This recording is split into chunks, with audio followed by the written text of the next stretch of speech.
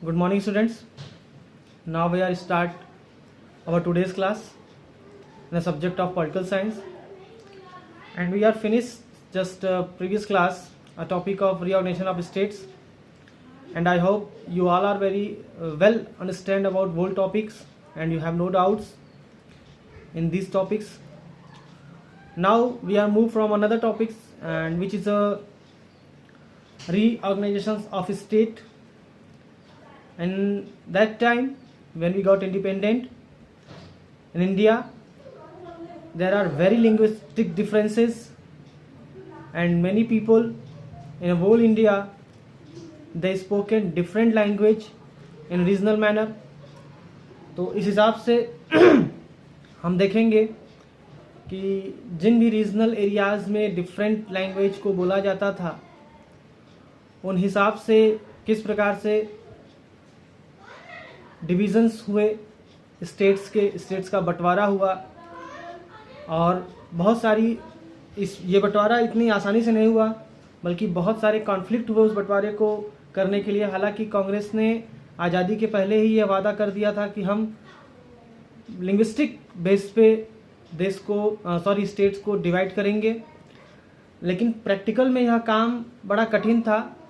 ज़मीन पे यह काम उतारना बहुत हार्ड था, और जब आज़ादी के बाद ऐसी मांग उठनी शुरू हुई, जनता मूवमेंट करना शुरू किया, तो सरकार को लगा कि ये काम इतनी आसानी से हम नहीं कर सकते।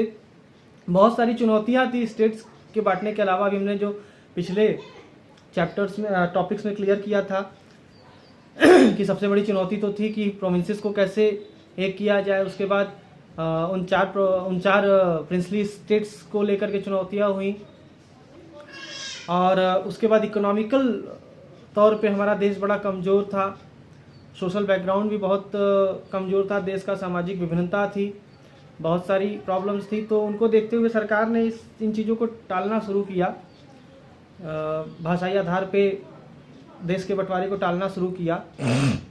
वो सोचे कि अभी कुछ दिन बाद इन चीज़ों को हम लोग शुरू करेंगे, लेकिन फिर भी लोगों के मन में आकांक्षाएं बलवती रही। ये एस्पिरेशन रहा कि जल्द से जल्द स्टेट का जो बंटवारा वाला काम है लिंग्विस्टिक बेस पे उसे पूरा किया जाए। और सबसे पहले इसका आवाज़ उठा साउथ से, और साउथ में मैं आपको बताऊं उस समय मद्रास प्रोविंस था, और मद्रास प्रोविंस के अंडर में तेलुगु और तमिल भाषी लोग रहते थे जो तेलुगु और तमिल बोलते थे। यानी कि आंध्रा का बहुत सारा पार्ट था, और वर्तमान आंध्रा का बहुत सारा पार्ट था। आज का जो तमिलनाडु है वो बहुत सारा पार्ट था। कुछ पार्ट कर्नाटक के थे और कुछ पार्ट केरला के थे। तो ये डिवीज़न जो था, ये डिवीज़न ब्रिटिशर्स ने किया था अपने एडमिनिस्ट्रेटिव रिलीफ्स के लिए, उस बेनिफिट्स के लिए। वो जिस एरिया को जीतते गए उसी हिसाब से अपने प्रशासनिक क्षमता, अपने प्रशासनिक कार्यों को करने के लिए, उसको चलाने के लिए उस हिसाब से उसको गठित करते गए। हालांकि हमने नेशनल कांग्रेस की बात की थी, और कांग्रेस ने नागपुर अधिवेशन में यह बात एक्सेप्ट किया था, यह बात प्रपोज किया था कि हम भाषा के आधार पर देश को आज़ादी मिल जाएगी तो भाषा के आधार पे देश का फिर से स्टेट्स का फिर से हम डिवाइड करेंगे। और कांग्रेस की जितनी समितियां थी, लोकल समितियां थी, रीजनल समितियां थी, जो रीजनल समितियां थी वो भी भाषा के आधार पे ही उन समितियों को बनाया गया था। तो यह तो पूर्ववर्ती बातें थी। फिर जब देश आज़ाद हुआ तो ये मूवमेंट सबसे पहले शुरू हुआ साउथ में। अभी हमने डिस्कस किया इसको। साउथ में मद्रास प्रोविंस से शुरू हुआ। मद्रास प्रोविंस में सबसे पहले कांग्रेस के ही लोकल लीडर थे पोट्टू श्रीरामुलु। उन्होंने यह मूवमेंट शुरू किया था कांग्रेस मद्रास से ही, और इस मूवमेंट का नाम दिया विशाल आंध्रा मूवमेंट, यानी कि एक सेपरेट आंध्र प्रदेश बनाने का मूवमेंट था। और वो मूवमेंट था तेलुगु भाषी लोगों के लिए सेपरेट आंध्र मूवमेंट, आंध्र प्रदेश बनाने का मूवमेंट, और इसे नाम दिया गया विशाल आंध्रा मूवमेंट। इसके पहले आप ये जान जाइए कि साउथ में जो 4 स्टेट हैं अभी वर्तमान में, कौन सी भाषाएं वहाँ पे बोली जाती हैं। तो जो 4 स्टेट हैं साउथ में, उसमें आंध्र प्रदेश, तमिलनाडु, कर्नाटक और केरल, ये 4 स्टेट साउथ में मेनली। हालांकि महाराष्ट्र को भी हम साउथ में ही काउंट करते हैं, लेकिन मोस्टली हम उसे वेस्टर्न इंडिया भी जानते हैं। कुछ पार्ट्स उसके साउथ में आते हैं और कुछ पार्ट्स वेस्टर्न इंडिया में आते हैं, तो मोस्टली महाराष्ट्र को साउथ और वेस्ट साउथ वेस्ट एरिया में काउंट करते हैं। लेकिन अगर हम ऐसे देखें तो 4 स्टेट को साउथ में हम लोग काउंट करते हैं। तो सबसे पहले कर्नाटक, जहाँ पे कन्नड़ भाषा बोली जाती है। उसके बाद आंध्र प्रदेश, जहाँ पे तेलुगु भाषा बोली जाती है। उसके बाद केरल, जहाँ पे मलयालम भाषा बोली जाती है। और फिर तमिलनाडु, वहाँ पे तमिल भाषा बोली जाती है। यानी कर्नाटक में कन्नड़, आंध्र प्रदेश में तेलुगु, केरला में मलयालम और उसके बाद तमिलनाडु में तमिल भाषा बोली जाती है। तो ये जो आज डिवीज़न आपको दिख रहा है, ये लिंग्विस्टिक बेस पे जब राज्यों को बांटा गया तब यह डिवीज़न क्लियर हुआ, बना, यानी कि ये क्षेत्र बांटे गए। और इसकी शुरुआत हमने आपको बताया कि विशालांध्रा मूवमेंट हुई। पोट्टू श्रीरामुलु ने यह मूवमेंट चलाया था। 56 दिनों तक उन्होंने उपवास किया था, भूख हड़ताल किया था और सरकार के सामने चुनौतियां थी। सरकार नहीं चाहती थी कि हम इस प्रकार के दबाव में आए, क्योंकि मैंने आपको पहले ही बताया कि सरकार के सामने और मुख्य चुनौतियां थी। प्रिंसली स्टेट्स की चुनौतियां थी, इकोनॉमिकल तौर पे देश को खड़ा करने का चुनौती था, सामाजिक एकता बनाए रखने की चुनौती थी। तो इन चुनौतियों को भी देखना था सरकार को। इसलिए सरकार ने इसको टालने का प्रयोजन रखा था कि नहीं, हम भले ही आज़ादी के पहले 1920 में जब नागपुर में अधिवेशन में हमने यह बता दिया, मतलब प्रपोजल दिया कि हम भाषा के आधार पे देश को बांटेंगे, स्टेट को बांटेंगे, लेकिन प्रैक्टिकल में करना ये थोड़ा कठिन काम था। तो सरकार ने इसको थोड़ी देर के लिए टाला था। लेकिन और जब यह मूवमेंट शुरू हुआ और आंध्र प्रदेश विशालांध्रा मूवमेंट चला, पोट्टी श्रीरामुलु 56 दिन तक भूख हड़ताल किए और भूख हड़ताल करने के बाद फिर वो सर्वाइव नहीं कर पाए, मर गए, तो सरकार दबाव में आ गई। तब सरकार के सामने कुछ पुख्ता निष्कर्ष निकालने के अलावा कोई रास्ता नहीं रह गया। तो सरकार ने फिर अपना नेक्स्ट मूवमेंट उठाया, अपना नेक्स्ट कदम उठाया और 1952 दिसंबर में सरकार ने अलग आंध्र प्रदेश बनाने का निर्णय लिया। पोट्टू श्रीरामुलु का जब देहावसान हुआ, उनकी मृत्यु हुई इस आंदोलन के चलते, भूख हड़ताल के चलते, तो मद्रास में बड़ा अनरेस्ट हो गया। लोग घरों से निकल गए, पुलिस फायरिंग हुई, लोग मारे गए, यानी कि ये मूवमेंट हिंसक हो गया। और सरकार फिर दबाव में आई और सरकार ने यह निर्णय लिया 1952 दिसंबर में कि हम विशालांध्रा मूवमेंट को सपोर्ट करते हैं और अलग से आंध्र प्रदेश स्टेट बनाते हैं, जिसका नाम आंध्र प्रदेश रहेगा। और आप अपने पेज नंबर 20 पे देखिए 1961 बड़ा इंपॉर्टेंट है, इसके ध्यान दीजिएगा। 1961 का इंडिया का मैप आपको उसमें दिख रहा होगा। और ये रीऑर्गेनाइजेशन, स्टेट्स के रीऑर्गेनाइजेशन के बाद का एडमिनिस्ट्रेटिव मैप है इंडिया का, जिसमें आपको नए स्टेट्स दिख रहे होंगे जो कि लिंग्विस्टिक आधार पे बटे थे, भाषा के आधार पे बटे थे। और यहाँ पे आप कुछ स्टेट्स के पुराने नाम आप पढ़ रहे होंगे, जैसे कर्नाटक का नाम मैसूर, मद्रास आज तमिलनाडु नाम हो गया है। इन स्टेट्स आज आंध्र प्रदेश भी बट गया है, तेलंगाना और आंध्र प्रदेश। तो आप पुराना मैप देख रहे हैं। 1961 में जो पहली बार जब लिंग्विस्टिक आधार पर देश का डिवीजन हुआ था, तो ऐसा भारत का रीऑर्गेनाइजेशन हुआ था, स्टेट्स का रीऑर्गेनाइजेशन हुआ था। आप इस मैप को ध्यान से देखिएगा, समझने का कोशिश करिएगा। और अब ये डिमांड यहीं पे नहीं रुकी। जब भाषा के आधार पे जब लोगों ने देखा कि मूवमेंट करने के बाद आंध्र प्रदेश को अपनी जो उन्होंने मांग की वो प्राप्त हुई, तो धीरे धीरे और भी जगहों पे यह मांग चलना शुरू हो गया कि हमें भी भाषा के आधार पे डिवीज़न करो, हमें भी भाषा के आधार पे बांटो।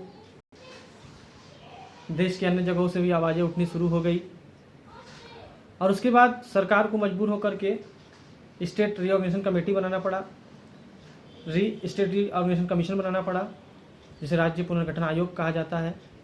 1953 में यह कमीशन बना और इसने इस बात को माना, सरकार ने इसको यह काम दिया था कि आप स्टेट के बॉर्डरिंग का काम करेंगे लिंग्विस्टिक बेस पे, कि कैसे स्टेट को हम डिवाइड कर सकते हैं। और इस कमीशन ने यह माना भी कि स्टेट का जो रीऑर्गेनाइजेशन है वो लिंग्विस्टिक बेस पे ही हो सकता है। और इन्होंने अपनी रिपोर्ट सरकार को दी और 1956 में स्टेट रीऑर्गेनाइजेशन कमीशन की रिपोर्ट, स्टेट रीऑर्गेनाइजेशन कमीशन का एक बिल पास हुआ। और फिर इस अधिनियम एक्ट के बिहाफ पे जो स्टेट का रीऑर्गेनाइजेशन हुआ वो करीब 14 स्टेट्स और 6 यूनियन टेरेटरीज के रूप में सामने आया और फिर धीरे धीरे ये अधिनियम अपने मूल रूप में आना शुरू हुआ और लिंग्विस्टिक बेस पे और भी स्टेट भारत में परिलक्षित होना शुरू हो गए, भारत देश में परिलक्षित होना शुरू हो गए। अब देखिए इसके सर्कमटेंसेस भी क्या निकल करके आते हैं कि एक विचार ये भी हुआ कि अगर इस प्रकार के डिमांड्स को हम मानते गए तो देश में एक अलगाववाद की भावना पनप सकती है, देश में सेपरेशन की भावना पनप सकती है। और हमारा देश उसी समय नया नया इंडिपेंडेंट हुआ था, तो ये नई नेशनलिटी जो आई थी हमारे देश में, राष्ट्रीयता की भावना आई थी, ये उसके विपरीत भी काम कर सकता है, अपोजिट काम कर सकता है। तो एक थ्रेट ये बना हुआ था। लेकिन सरकार ने जब लैंग्वेज के आधार पे रीजनल वैल्यूज़ को देना शुरू किया, लिंग्विस्टिक मूवमेंट को मानना शुरू किया, तो एक तरीके से अलगाववाद की भावना जाती रही, ख़त्म होती रही, बल्कि लोगों ने इसको एक लोकतांत्रिक कदम के रूप में देखा। और इसके साथ अगर आज हम देखें 50 साल बाद 70 साल बाद देश की आज़ादी के, तो हमको ये लगेगा कि इन सारी चीज़ों के होने के बाद भी आज हमारा देश मजबूती के साथ एक साथ खड़ा है, अपनी एकता को अक्षुण्ण बनाए रखे हुआ है। और जो थ्रेट था, जो खतरा था उस समय कि अगर हम इसी तरह अलग राज्य की मांग को मानने लगे तो हर जगह हर स्टेट अपना अलग अलग डिमांड करेगा और अलगाववाद की भावना होगी, तो यह चीज़ हो नहीं पाया। आज अगर हम वर्तमान परिस्थितियों को देखें और देश हालांकि कुछ जगहों पे अलगाववाद मूवमेंट चले, जैसे जम्मू कश्मीर का मूवमेंट तो था ही, उसके बेसिस अलग थे। उसके साथ साथ जम्मू कश्मीर के अलावा वहाँ का एक अलग मुद्दा था, उस पर हम लोग आगे के चैप्टर में चर्चा करेंगे। पंजाब में का जगह एरिया था, वहाँ भी अलगाववाद का मूवमेंट चला। हालांकि हमारे आगे के चैप्टर्स में पंजाब से रिलेटेड भी चीज़ें हैं, खालिस्तान मूवमेंट चला। लेकिन एक दो मूवमेंट को छोड़ दिया जाए तो पूरे देश में आज के डेट में देखिए तो एकता की भावना है। कोई भाषाई आधार पे हमारे अलगाववाद का मूवमेंट नहीं चला और देश आज भी अक्षुण्ण है, एक है। तो हमारा ये भी एक थ्रेट जाता रहा कि कहीं ऐसा ना हो कि भाषावर डिमांड की वजह से सेपरेशन मूवमेंट चलना शुरू हो जाए या देश विखंडित हो जाए, इसकी एकता पे कोई दाग लग जाए।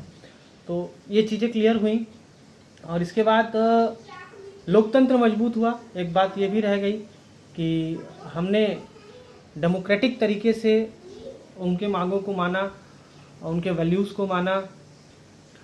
और लोकतंत्र की यही खूबसूरती है कि हम हर वर्ग के तबके को, चाहे वो एक व्यक्ति हो चाहे वो 100 व्यक्ति हो, हम अगर एक व्यक्ति किसी एक विशेष धर्म को मानने वाला है, किसी विशेष बातों को, किसी विशेष कल्चर को मानने वाला है और करीब 100 व्यक्ति किसी विशेष कल्चर को मानने वाले हैं, तो हम उन्हें किसी प्रकार का भेदभाव नहीं करेंगे। और पहले से कहा जाता है कि भारत में हिंदी भाषी लोग ज़्यादा हैं, तो ये भी एक थ्रेट उनके मन में था कि हिंदी वाले ज़्यादा यहाँ पे फोकस कर सकते हैं। तो इन चीज़ों को लेकर के भी हम इस चीज़ को जीत गए। एक तरीके से किसी प्रकार का डिवीज़न नहीं हुआ देश में। जीतने का मतलब ये है कि ये खतरा बना हुआ था कि कहीं हिंदी भाषी लोग अन्य भाषा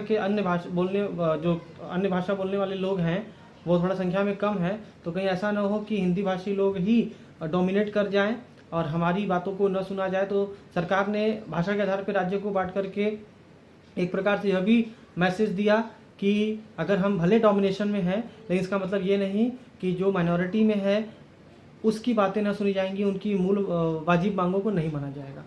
तो ये आज के चैप्टर का सार रहा और ये हमारा लास्ट टॉपिक था इस चैप्टर का।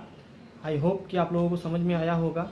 जो भी डाउट्स होंगे आप मुझसे क्लियर करिएगा और इसको अपने घर में बैठ कर के भी पढ़िएगा। और फिर कल हम मिलते हैं एक नए चैप्टर के साथ। तब तक के लिए थैंक्स।